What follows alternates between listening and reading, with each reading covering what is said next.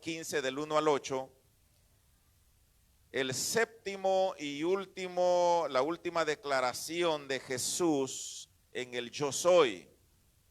Recuerdan que hemos estado hablando de los yo soy de Jesús. Y este yo soy es el séptimo y último que él dice, refiriéndose, recuerde la palabra, la frase yo soy, es la misma que conecta con Éxodo, allá cuando Dios le dice a Moisés, si te preguntan quién te envía, diles que te envía el gran yo soy, porque yo soy el que soy. Entonces Jesús se apropia de esto porque él se conecta, ¿verdad?, de una forma divina con el Padre, él siendo hombre, pero también siendo Dios. En estos yo soy, usa la misma raíz griega, el ego eimi, que significa yo soy. Y yo soy significa que él es un Dios presente y un Dios ¿qué? Activo. Recuerde, un Dios presente y un Dios activo. Entonces, Dios le estaba diciendo a Moisés, yo soy un Dios presente y activo. Diles que el Dios presente y activo te envía. Y así el Señor, hermano, se revela, Dios, ¿verdad? Se revela a través de Jesucristo, su Hijo, en su ministerio terrenal, para que ahora usted y yo podamos a través del Hijo llegar al Padre. Amén. Y así, hermanos, dar honor al Hijo de Dios, que nos da también cuando Él dice, yo soy el camino, la verdad y la vida, y nadie viene al Padre si no es por mí. Él está también, una vez más, reafirmando su identidad. Jesús está reafirmando su identidad diciendo que Él es Dios. Amén. Juan 15 del 1 al 8, lo tiene, dice así la palabra del Señor. Yo soy la vid verdadera y mi Padre es el labrador. Ahora ustedes.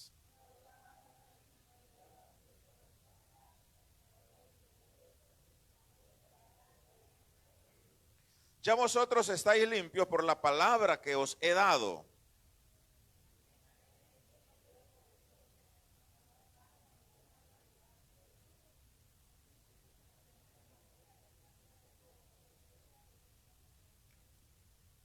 Una vez más Jesús les dice a sus discípulos, yo soy la vid, vosotros los pámpanos. El que permanece en mí y yo en él, este lleva fruto, porque separados de mí nada podéis hacer.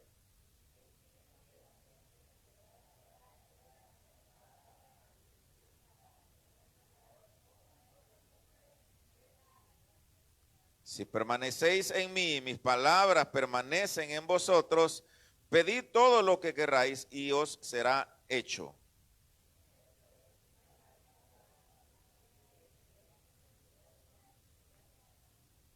Amén. Lo leemos una vez más. El 8 dice, en esto he glorificado mi Padre, en que llevéis mucho fruto y seáis así mis discípulos. Señor, esta mañana queremos disponernos a escuchar tu palabra. Permítenos ser hacedores de tu palabra, Señor, y que pueda ese fruto en nuestra vida ser evidente, Señor, si estamos conectados a ti, y que podamos, Señor, esta mañana recibir más de ti, Señor, y morir a nosotros cada vez y acercarnos más a ti, Señor, porque necesitamos dar esos frutos también, Señor, como hijos tuyos. Que esta palabra toque nuestros corazones en el nombre de Jesús. Amén. En esta ocasión, hermanos, Jesús, recuerden, desde el capítulo 13 de Juan, ya está solo con sus discípulos. Capítulo 13, capítulo 14, capítulo 15, 16 y 17, está solo con sus discípulos. Ya él está, recuerdan hace 2 domingos que prediqué, Jesús le dice a sus discípulos en Juan 14, porque están angustiados, Jesús les ha dicho que va a ser traicionado, Jesús les ha dicho que se va a ir, y ellos están ahí un poco preocupados de qué va a pasar cuando Él se vaya, qué va a suceder. Entonces Jesús les dice, ¿verdad? En Juan 14, no se turbe vuestro corazón, creed en mí, creed en Dios. En la casa de mi Padre, les dice, muchas moradas hay. Y Y es donde él da esta palabra también que dice: yo soy el camino, la verdad y la vida, en Juan 14:6. Viene Juan 15, perdón, y una vez más, él con sus discípulos en este camino, porque se levantan de donde están, de la cena, de la última cena, y van camino al Getsemaní. Cuando van camino al Getsemaní, donde él va a ser arrestado esa noche, y donde luego él va a ir a la cruz, es ahí donde él posiblemente va caminando con sus discípulos y ven el templo, un templo, hermanos, de Jerusalén, muy, muy, muy bonito, muy adornado, que Herodes había mandado a decorar.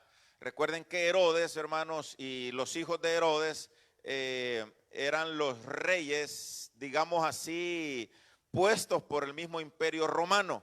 Es decir, ellos no eran romanos, sino que eran de alguna forma entre judíos y de otra nación que se mezclaron ahí con judíos. Entonces Herodes de alguna forma era el rey, sin embargo todo pues era regido por Roma, en este caso Pilato, que luego aparece en escena, que era el representante del emperador romano. Pero en ese camino, probablemente cuando Jesús va con sus discípulos al Getsemaní y ven el templo adornado, recuerden que había una fiesta llamada la Pascua y había mucha gente en Jerusalén en esa época, porque solo en 3 ocasiones se le pedía a los israelitas, a los judíos, que fueran a Jerusalén. De las 6 o 7 fiestas que ellos tenían anualmente, 3 de ellas tenían la obligación de ir a Jerusalén, y una de ellas era la Pascua, donde el contexto de la crucifixión de Jesús se da en esa celebración.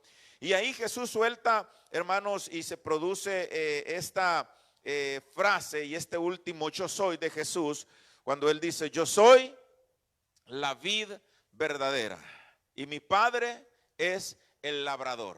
Entonces nos da, hermanos, a nosotros una alegoría, Jesús, una representación de que Él es la vid. Ahora, ¿qué es una vid?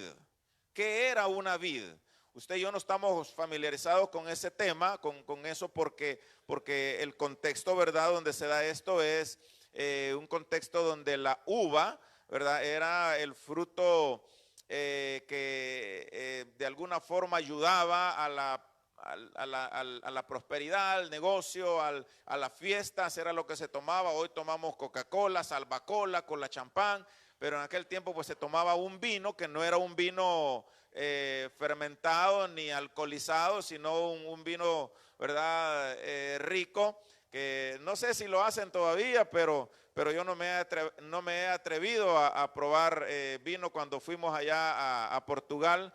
Ustedes aquí donde me ven así un poquito sencillito, el Señor me permitió ir a Portugal con la pastora, estuvimos allá con unos misioneros apoyándolos, y allá, hermanos, en la mesa donde habían más pastores ahí de la actividad del evento, pues cada mesa tenía su botellita de vino, ¿verdad? Y ahí pues los hermanos, ¿verdad?, no es que se tomaban ahí toda la botella, pero para ellos pues no hay problema tomarse un traguito de vino, ¿verdad?, que ayuda a la digestión y que no sé qué. La excusa que agarran algunos en el mundo hoy para decir, no, que es saludable, la cerveza es saludable, que no sé qué, y que no, hasta hay una que no tiene alcohol, pero bueno, eso ya es falta de consagración a Dios, creo yo, ¿verdad? Pero vemos, hermanos, acá una vid, hermanos, es una planta leñosa, trepadora y fundamental en la agricultura porque produce las uvas.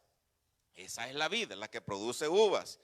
La viña es donde hay muchas vid, es decir, donde hay un montón de plantas, ¿verdad?, que producen esta uva.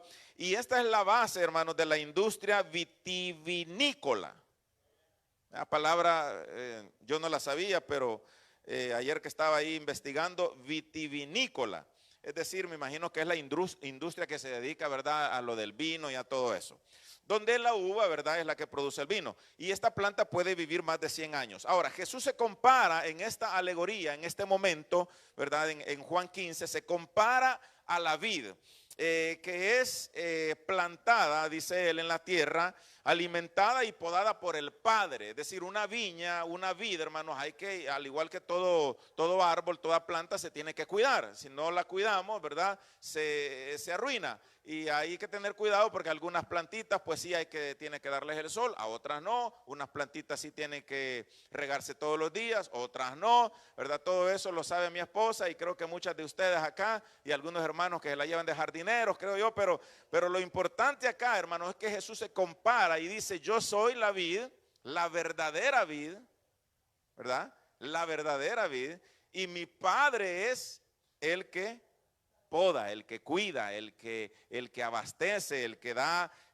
todo para que podamos, dice, dar fruto. La vida alimentada, podada por el Padre para que esta vid pueda dar buenas uvas. Jesucristo, hermano, con las raíces de su persona, ¿verdad? Cultivadas por amor del Padre, nos transmite entonces a nosotros vida y amor, para que todos nosotros, ¿verdad?, tengamos vida en abundancia y que con esa vida y esa conexión que tenemos con Jesús podamos dar fruto.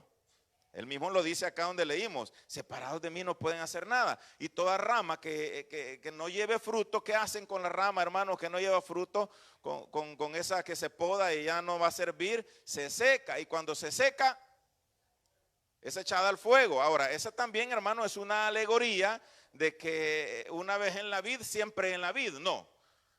Es decir, si nos desconectamos de Jesús y de su palabra y de su voluntad, hermanos, nuestra salvación está en juego. Entonces usted y yo debemos de mantenernos conectados siempre a Jesús, ¿verdad? Debemos mantener nuestra conexión con la vid para que podamos, hermanos, hacer que dentro de nosotros pues fluya esa vida de Jesucristo. La imagen, hermanos, también de la vid, volviendo un poquito más atrás, se empleaba mucho en el Antiguo Testamento para significar o para representar al pueblo de Israel. En el Antiguo Testamento, cuando se habla de la vid, ¿se refieren a quién? Al pueblo de Israel, ¿verdad? No se referían a Jesús, ni ahora a nosotros como cristianos, como creyentes, sino que todas todo cuando se hablaba de la vid o de la viña, era refiriéndose a la nación de Israel en el Antiguo Testamento. Ahora, en el Nuevo Testamento, donde estamos hoy nosotros, ¿verdad? En el tiempo de la gracia, el tiempo de la iglesia, al hablar de los pámpanos o de las ramas, hermanos, se expresa cómo Jesús y los que estamos unidos a Él, entonces ahora representamos al pueblo de Dios, cuya cabeza es Cristo. Ahora, hay algunas rápidas, hermano, ahí en Isaías, si puede abrir su Biblia, por favor, en Isaías.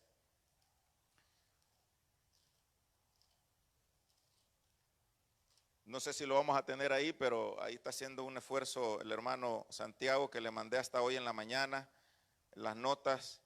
Pero allí en Isaías 5, hermanos, usted con su Biblia en mano, esta es una de 6 alegorías o representaciones de la vid hacia el pueblo de Israel. Y vamos entrando aquí, hermanos, en esta materia, ¿verdad? En todo esto no lo estoy haciendo solo por hacerlo, sino porque es parte de los puntos y del contexto, hermanos, en el que Jesús dice, yo soy la vid verdadera. Y mi Padre es el labrador y ustedes son los pámpanos, ¿verdad? Entonces todo esto va conectado, hermanos. ¿Por qué? Porque Israel, siendo una vid, siendo una viña, donde el Padre había estado cuidando, hermanos, mire lo que sucede acá en Isaías 5, en la parábola de la vid. ¿Lo tiene? Dice así: ahora cantaré por mi amado el cantar de mi amado a su viña.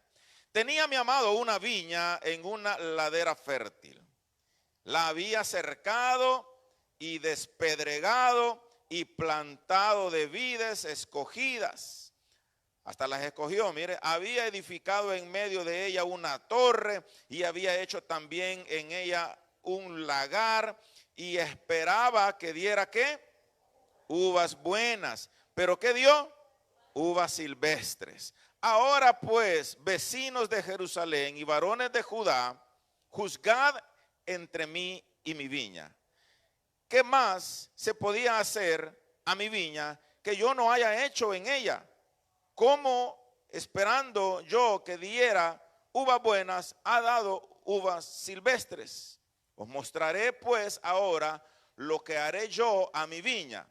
Le quitaré su vallado y será consumida, derribaré su cerca y será pisoteada. ¿A quién se está refiriendo aquí el profeta Isaías? Dijimos que se refería ¿a quién? A la nación de Israel.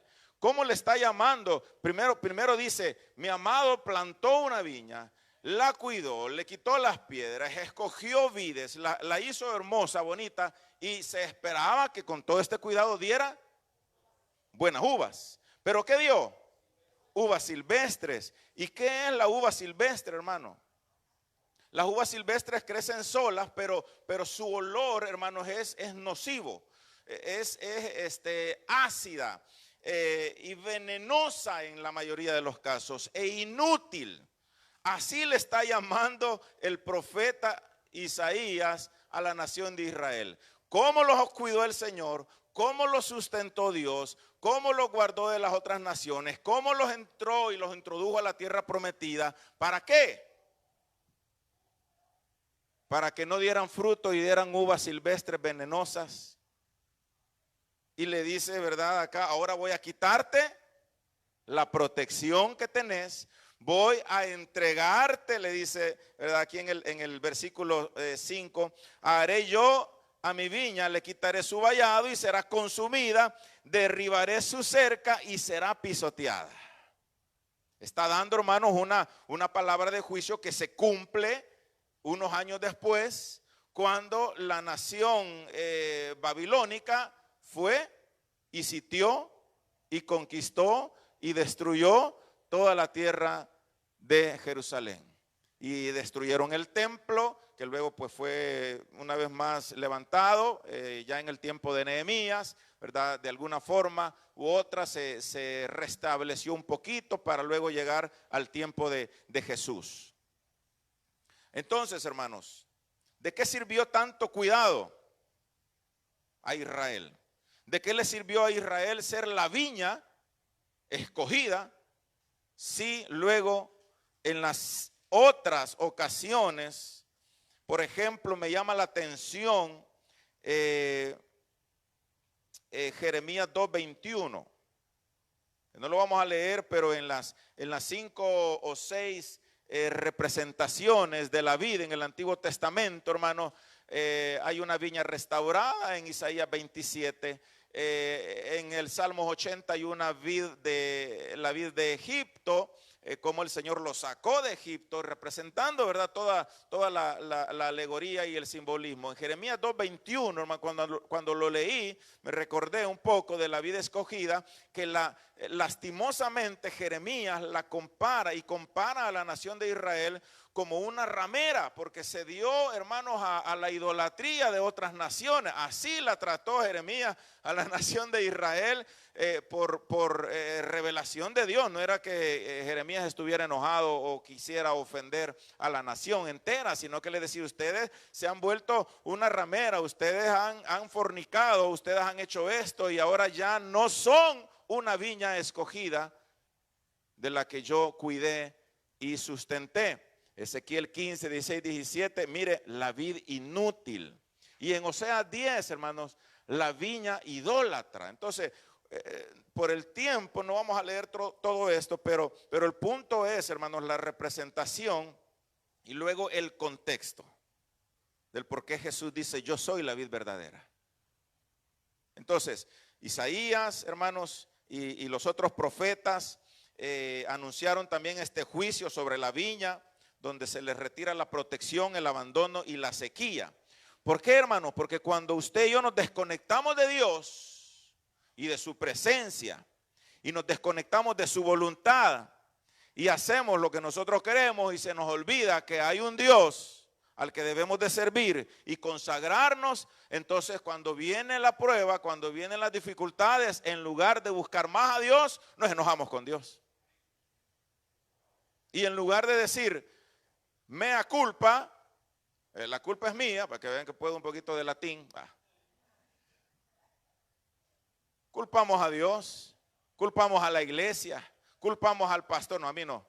Culpamos a la familia, culpamos al presidente, a Bukele, y culpamos a Arena, y culpamos a todo lo que venga en cuenta, menos a mí. Y nos olvidamos, hermanos, amén, de que hubo alguien, presta atención acá, hubo alguien que nos sustentó, nos guardó, nos protegió, nos llevó, hermanos, en el desierto de nuestra vida por lugares hermosos, para que hoy, con esta alegoría que hace Oseas 10, si la tiene ahí, Oseas 10, que es un poquito difícil hallar a Oseas, pero váyase después de Isaías, Jeremías, Ezequiel y Daniel, y ahí va a ver a Oseas. Es de los profetas todavía mayores. Oseas 10, después de Isaías, que es un poco grande, vaya buscando Jeremías, después Daniel, después Ezequiel, y por ahí va a hallar a Oseas. ¿Lo tiene? Oseas 10. Solo vamos a leer el 1 y 2. Oseas 10, 1 y 2. ¿Lo tiene? ¿Está ahí? Mire qué bonito. Gracias, hermano Santiago. Ahí está, mire. Israel, dice, es una frondosa viña. Qué bonita esta viña, ¿verdad? ¿Cuántos quieren ir a comer unas uvas de esa viña? Que dice que da de sí abundante fruto. Cuanto más abundante era su fruto, más se multiplicaban los altares. Esto significa que más se multiplicaba la idolatría de Israel.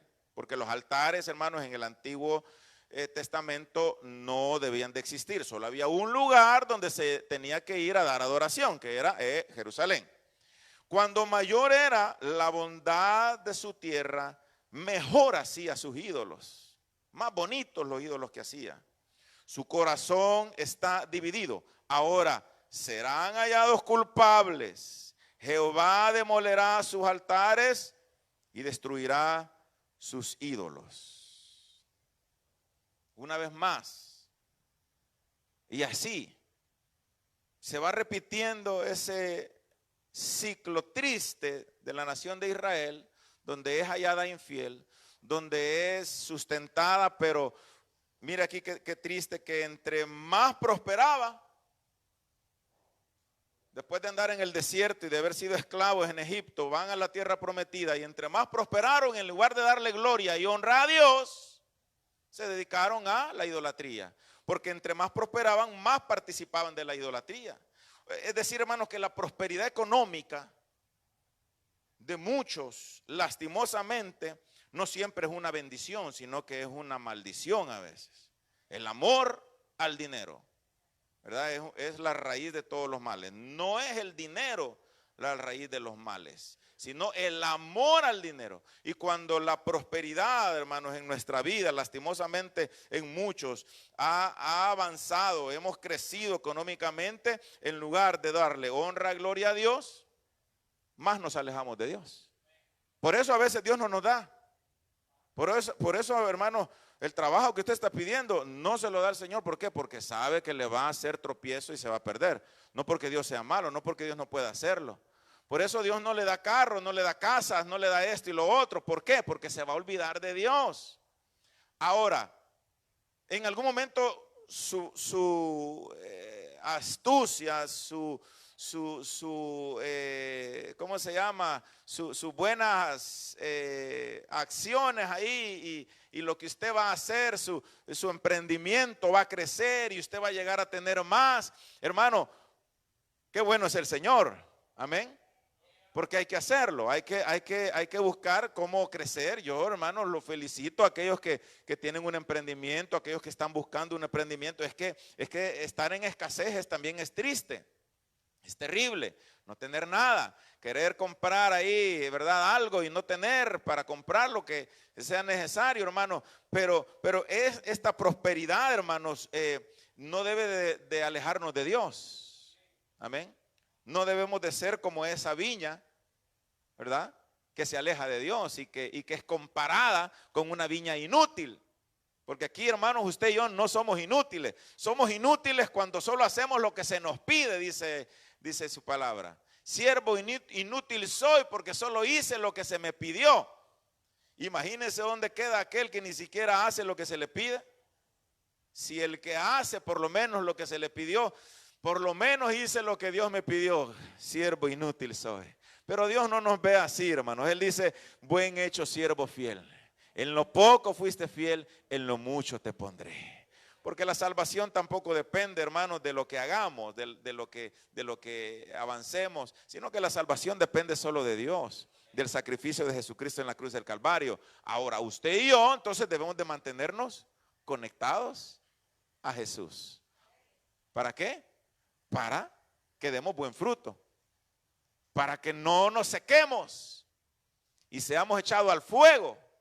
Una alegoría, hermano, que trae este principio del infierno. Lastimosamente, la salvación, ese regalo de Jesucristo en la cruz del Calvario, por nuestra necedad y por nuestra mala administración de los dones y de nuestra vida en Cristo, puede secarse, puede perderse. Y así, lastimosamente, hermanos, Jesús mismo lo dice, aunque me llamen Señor y Maestro, unos me van a decir allá en el reino eterno, Señor, estuvimos contigo, Señor, hicimos esto, Señor, yo iba y hacía esto, yo daba, yo hacía y tal cosa. ¿Y qué va a decir Jesús? No los conozco. ¿Por qué? Porque nuestro corazón, hermano, muchas veces está alejado de Dios. La gran prosperidad económica no siempre es bendición. Entre más tienen, muchos más quieren, más gastan en ellos mismos, hermanos. Se olvidan de Dios y de las necesidades del reino de Dios y se vuelven egocéntricos. Sí, hay mucha gente que sí dice, no, ¿para qué le voy a dar al pastor? A mí no me está dando nada, hermano. Si es que yo aquí estoy por misericordia de Dios, usted lo sabe. Pero lastimosamente la obra de Dios es vista de menos por muchos. Pero qué bendición, hermano, que muchos de ustedes y en muchas naciones y en el país hay gente que ama la obra de Dios. Y con lo poco que tiene, bendicen la obra de Dios. O sea que no necesita tener el gran montón, hermanos, para bendecir la obra de Dios y para acordarnos que somos una viña, hermanos, que debemos de dar fruto. Somos la vid, somos una viña que debemos de dar fruto. La vid verdadera es el Señor. Todas estas analogías y parábolas de la vida, hermanos, como son presentadas del pueblo, de representación del pueblo de Dios, entonces ahora tiene más sentido las palabras de Jesús cuando va rumbo al Getsemaní, al arresto, cuando él dice, yo soy la vid verdadera y el Padre es el viñador. Es decir, él dice, yo soy el Israel verdadero. Yo soy el verdadero Israel. Estar en Cristo, hermano, es estar en el verdadero pueblo de Dios. Ahora usted y yo, pues somos llamados también el pueblo de Dios, la novia del Cordero. Amén. Somos también ese pueblo que ha sido escogido. ¿Se recuerdan de los aposunagogos? No, yo sé que no. Pero los aposunagogos, la palabra aposunagogo era una frase que utilizaban, hermanos, en las sinagogas y en la nación de Israel para expulsar de la sinagoga y de la nación y de todo el movimiento, digamos así, social. El aposunagogo era el que ya no tenía derecho a nada. No, nadie le vendía. ¿Por qué? Porque había fallado en cumplir la ley. Y lo que hacían los sacerdotes, ¿verdad? Y los fariseos y escribas era expulsarlo de la sinagoga. Y no solo de la sinagoga, sino que él no tenía derecho a comprar ni a vender. Qué triste es eso, ¿verdad? Es una especie de sombra, hermanos, de la gran tribulación, donde aquel que se deje poner el sellito de la bestia, pues va a tener derecho a mucho, ¿verdad? Pero va ahí de una vez al juicio eterno, al castigo eterno. Pero aquellos que se queden, probablemente que tengan la oportunidad de decir no al sello, ¿verdad?, del anticristo, de la bestia, van a sufrir persecución, van a tener que esconderse. Jesús mismo le dice, cuando todo esto suceda y la abominación, ¿cuál es? La abominación desoladora venga, cuando el anticristo se proclame Dios, hermanos, y diga, tienen que adorarme, y el que no me adore, entonces vuélenle la cabeza. En ese momento la nación de Israel va a abrir sus ojos, porque ha hecho un pacto con el anticristo en la gran tribulación. Va a abrir sus ojos y va a decir, entonces, ¿verdad?, nos mintió, nos jugó mal. Pero bueno, ya ese es otro tema. El aposunagogo, hermanos, al escuchar que Jesús era la vid verdadera, que él era el verdadero Israel, sintieron entonces ese consuelo y esa bendición extraordinaria de pertenecer ahora al verdadero Israel, a pesar de que los hubieran echado, porque se recuerdan de un ciego que Jesús había sanado en día de reposo. Y entonces los fariseos y los sacerdotes empezaron a cuestionar al padre del ciego. Y ¿por qué anda diciendo, y quién lo sanó? ¿Y por qué se dejó sanar en sábado? Y ahí la ley, ¿verdad? Y la ley, el legalismo. Entonces, ¿qué dijeron los padres?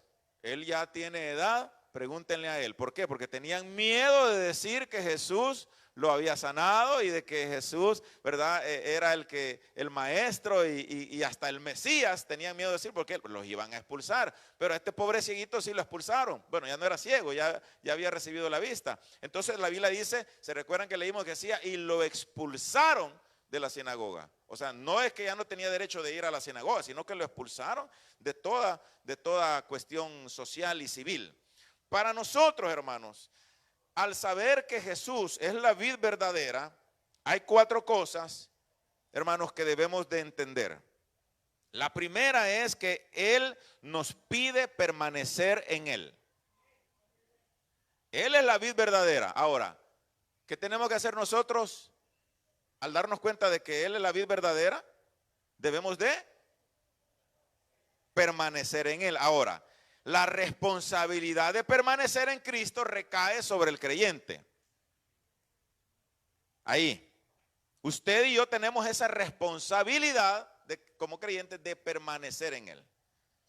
Entonces, la vida de la vid debe fluir en mí para permanecer en Él. Debe de haber una conexión. Debemos de permanecer en Él. Él es nuestra responsabilidad permanecer en Él, porque esa vida, hermanos, debe de fluir permaneciendo en Él. Primera de Juan 2, 3 al 4, y dice, y en esto sabemos que nosotros le conocemos, si guardamos sus mandamientos. El que dice, yo le conozco, y no guarda sus mandamientos, el tal es mentiroso, dice Juan, y la verdad no está en él. ¿Por qué? Porque había muchos hermanos en las primeras iglesias que decían que eran salvos y que conocían a Dios, pero eran indiferentes a la voluntad y a los mandamientos del Señor. Por eso Juan les dice, ustedes son mentirosos, que dicen que conocen a Dios y que son salvos, pero son indiferentes a la voluntad de Dios y a sus mandamientos. Ya, número 2, solo son 4. Y aquí vamos ya aterrizando, hermanos, en el mensaje. Para que se alegren un poquito, porque este calor está tremendo. Viene más calor, hermanos, pero el infierno va a estar peor. Así que conságrese más. Número 2, hermanos, cuando usted y yo vemos y escuchamos, después de todo este contexto cultural, histórico que les he dado, y escuchan ahora y leemos que Él dice, yo soy la vid verdadera, entonces ahora usted y yo debemos también de llevar fruto. Amén. Ese fruto, hermano, ¿qué es el fruto? ¿Cuál es el fruto que usted y yo debemos de dar? Bueno, el fruto del Espíritu es amor, gozo, paz, paciencia, benignidad, bondad, fe, mansedumbre, templanza. Contra todas estas cosas no hay ley. Ahora, ese es el fruto del Espíritu. ¿Qué quiere decir, hermano? Que usted y yo, si de verdad estamos conectados a la vid, si hemos venido a la vid, que es Jesucristo, entonces tenemos que tener buen fruto. ¿Qué quiere decir esto? Que la calidad de nuestro carácter como creyentes La calidad de nuestro carácter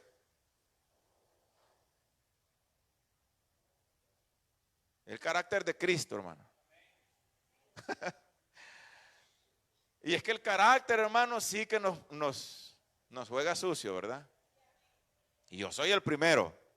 Aquí yo soy el primero, ¿verdad? Que el carácter, hermano, ¿verdad? Es a veces un poquito difícil de domar, pero qué bonito es cuando, hermano, nos sujetamos, nos sometemos. Amén. Para llevar fruto, ese carácter, otra vez lo repito, la calidad del carácter del creyente, ese es el fruto, hermanos, que debemos de dar. Qué triste, ¿verdad? Es ver gente, cristianos, que tienen grandes dones. Qué triste es ver buenos músicos, qué triste es ver buenos predicadores, buenos hasta profetas, pero con un carácter, hermanos, que destruye.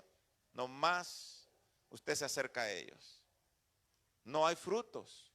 ¿Por qué? Porque los dones también, hermanos, no son evidencia de que estemos conectados al Padre, ni evidencia de que somos salvos. Qué triste va a ser, ¿verdad? Profetizamos en tu nombre, Señor. Echamos fuera demonios en tu nombre, Señor. Hicimos esto en tu nombre. No los conozco. Apártense de mí. La calidad del carácter, hermano, del creyente debe de dar gloria a Dios mediante el diario vivir y el testimonio. ¿Y cómo sé eso, hermano? No, yo no sé nada de ustedes. Es el Señor el que está hablando a sus vidas y a mi vida. Debe de haber una comunión progresiva con el Padre, el Hijo y el Espíritu Santo. Así nuestro carácter, ese fruto que se nos pide, hermano, va a ser de bendición. Y en lugar de dar uvas silvestres, vamos a dar buenas uvas. Progresión en nuestra comunión. ¿Qué significa una relación progresiva, hermano? Una relación progresiva es un vínculo que crece paso a paso mediante conocimiento, confianza y obediencia constantes. En la fe cristiana implica acercarse cada día más a Dios. ¿Se acerca usted cada día más a Dios? Madurar en carácter y reflejar a Cristo todos los días. No es una relación estática, es progresiva. Se desarrolla con disciplina, gracia y perseverancia. Disciplina, gracia y perseverancia. ¿En qué está fallando usted? ¿En qué estoy fallando yo en mi disciplina diaria? ¿En qué estamos fallando en nuestra constancia diaria, hermano? En nuestra perseverancia. ¿Estamos perseverando? A veces solo materialmente. A veces solo personalmente estamos prosperando. Estamos graduándonos constantemente de diplomados y estamos en esto y lo otro y estamos prosperando económicamente, pero espiritualmente. Número 3, al saber que Él, hermano, es la verdadera vid y nosotros los pámpanos y Dios es el labrador, debemos dejarnos limpiar para llevar más fruto. Y por eso estoy aquí yo ahora, hermano, exhortándolo en lugar de decirle, ¿verdad? Que hay prosperidad en el Señor, que todo le va a ir bien, que este es el año de la victoria, que este es el año de la bendición, que luche. No, en lugar de decirle todo eso, hermano, esta mañana, y a veces yo se lo digo, que va a ser un año de victoria, pero sí se somete a Dios, porque siempre van a venir problemas y dificultades. Pero cuando usted y yo nos dejamos limpiar, o sea, déjese corregir, pues. Déjese corregir, porque hay algunos que no se dejan corregir y entonces no pueden ser limpiados. Dejarnos limpiar, hermano, para llevar fruto es resistir al pecado, someternos al Espíritu Santo, guardar su palabra, leer su palabra, memorizar su palabra, vivirla y obedecerla. Ustedes no memorizan la palabra del Señor, hermanos. A mí me dijo el Señor anoche, diles que memoricen. No, son bromas. Pero en nuestro tiempo, hermanos, yo he fallado en eso. Yo creo que sé mucha palabra y la he memorizado. ¿Por qué? Porque en mis tiempos de adolescencia y juventud, en el programa, ¿verdad?, que estuvimos de preparación y como líderes y todo eso, siempre estuvimos memorizando y constantemente estamos en las escuelas de guerreros y en todos los eventos haciendo que los jóvenes se memoricen todos los días 3 textos diarios, el día de mañana los otros 3 y así van. ¿Por qué? Porque la palabra de Dios, hermanos, es la que nos va a traer esa conexión con el Señor, vivirla, memorizarla, leerla, someternos al Espíritu, resistir al pecado, hermano. Eso nos va a ayudar a ser limpios cada día para llevar más fruto. ¿Cuántos de ustedes resisten al pecado? Amén. Si no, no estuviéramos aquí, hermano. Nuestra naturaleza, ¿verdad?, humana sí quiere estar en otros lados, hacer otras cosas. Pero usted y yo hemos resistido al pecado, a la tentación de quedarnos viendo un partido o ir a la playa o hacer otra cosa. Lo hemos resistido y qué bendición. Amén. Y número 4, hermano, nos da la seguridad. Saber de que Él es la vid verdadera y que estamos conectados con Él nos da la seguridad de ¿qué? De la vida eterna. Póngase en pie. Y este es el testimonio que Dios nos ha dado, vida eterna. Y esta vida eterna está en su Hijo. El que tiene al Hijo tiene la vida. El que no tiene al Hijo de Dios no tiene la vida.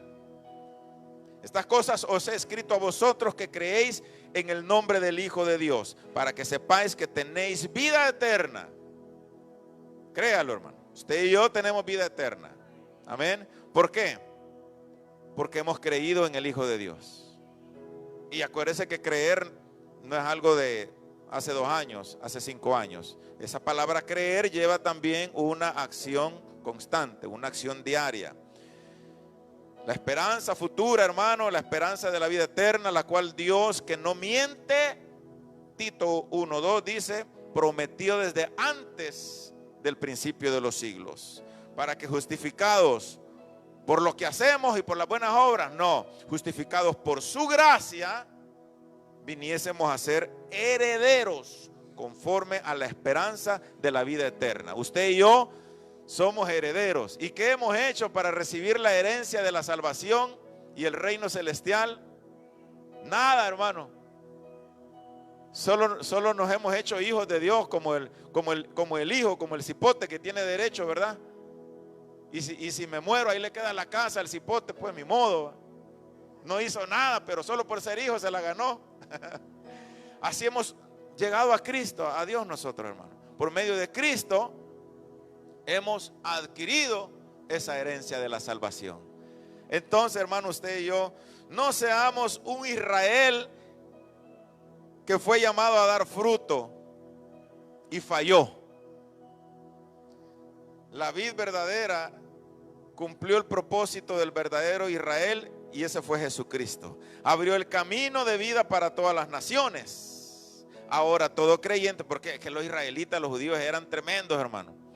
Para ellos solo era la salvación, solo para ellos. Ahí fallaron porque Dios los escogió, no para que solo ellos fueran. Este es mi pueblo amado. Los escogió para que ellos dieran fruto y fueran luz a las naciones. Ahora, cuando usted y yo entonces también dejamos de ser de bendición a otros y a las naciones y a los misioneros, por eso, ¿verdad? ¿Y qué tiene que ver todo este tema con las misiones? Si hoy es culto misionero, pues aquí les va. Si el Señor, hermanos, ha hecho una obra en nosotros, entonces demos fruto también a nivel mundial. El verdadero Israel, hermano, Jesucristo abrió el camino de vida para todas las naciones. Todo creyente ahora que está unido a Él recibe vida, carácter y poder para llevar fruto. Las misiones mundiales, hermanos, no nacen del esfuerzo humano, sino de permanecer conectados a la vid y dejar que su vida fluya hacia otros. Conectados a Cristo, hoy podemos ser instrumentos de Dios para bendecir al mundo mañana. Misiones. Por eso estamos aquí también hoy.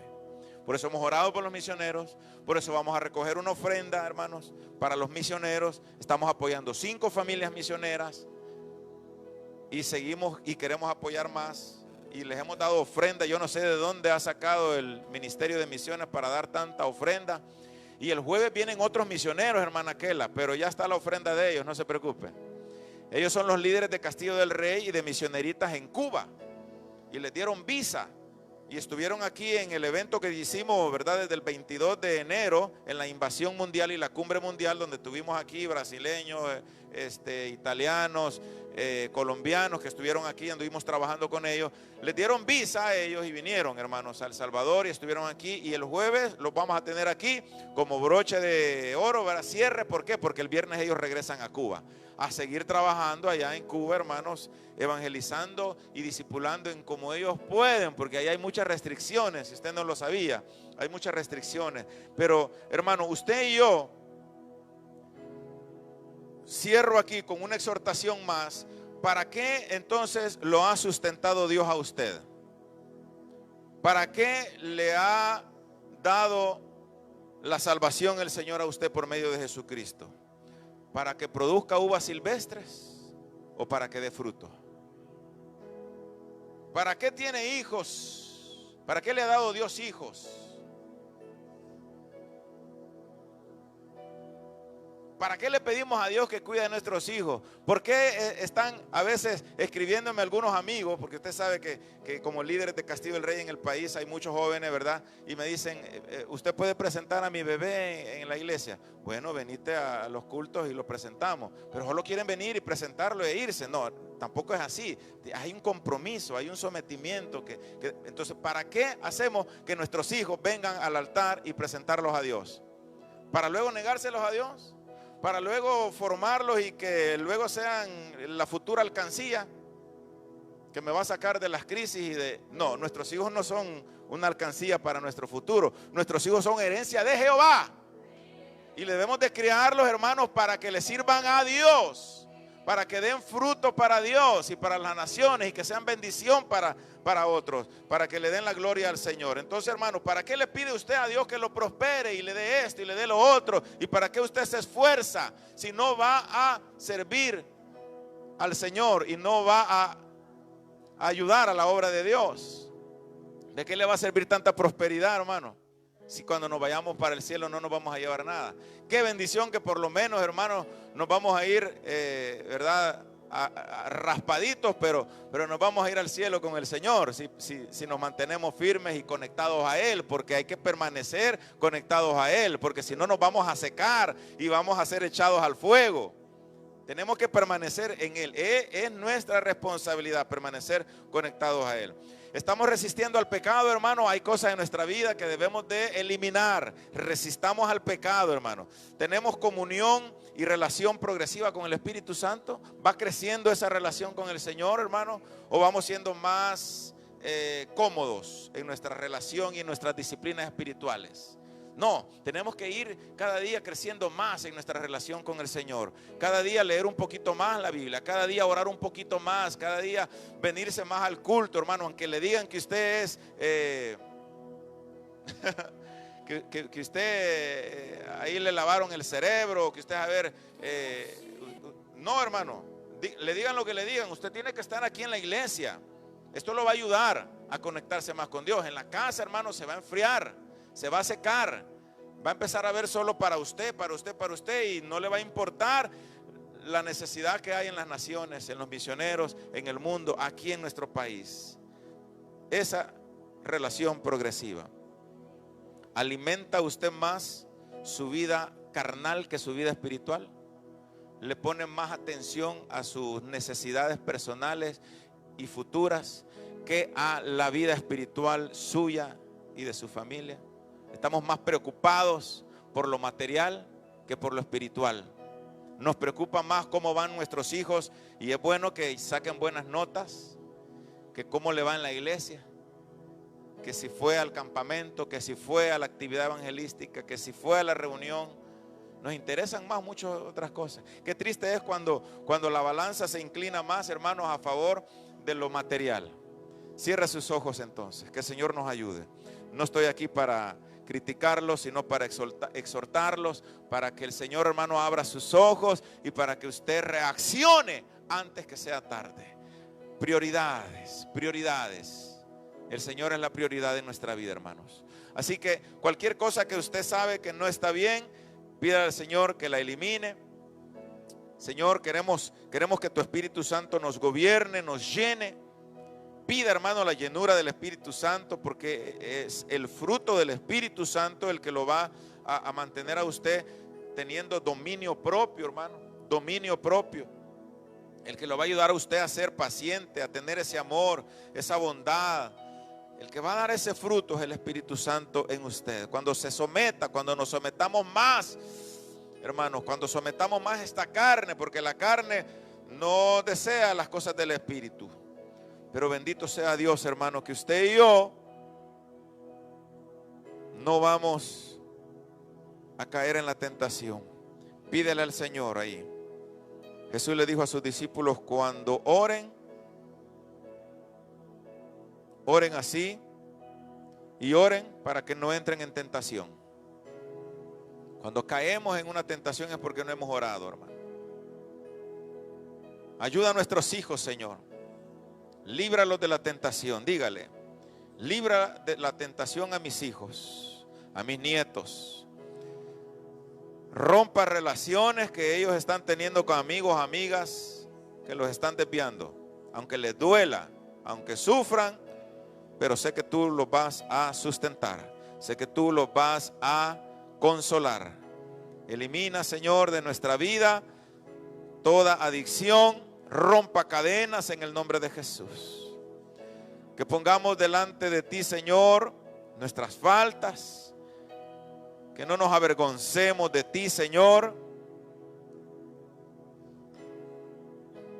Y que no alimentemos más nuestra vida material, nuestra vida carnal, sino que alimentemos más nuestra vida espiritual, Señor. Con oración, con lectura de la Biblia, memorizando un texto, 2 textos. Tu palabra, Señor, es real. Y tu palabra, Señor, llega a lo más profundo de nuestro ser. Discierne los pensamientos y las intenciones del corazón.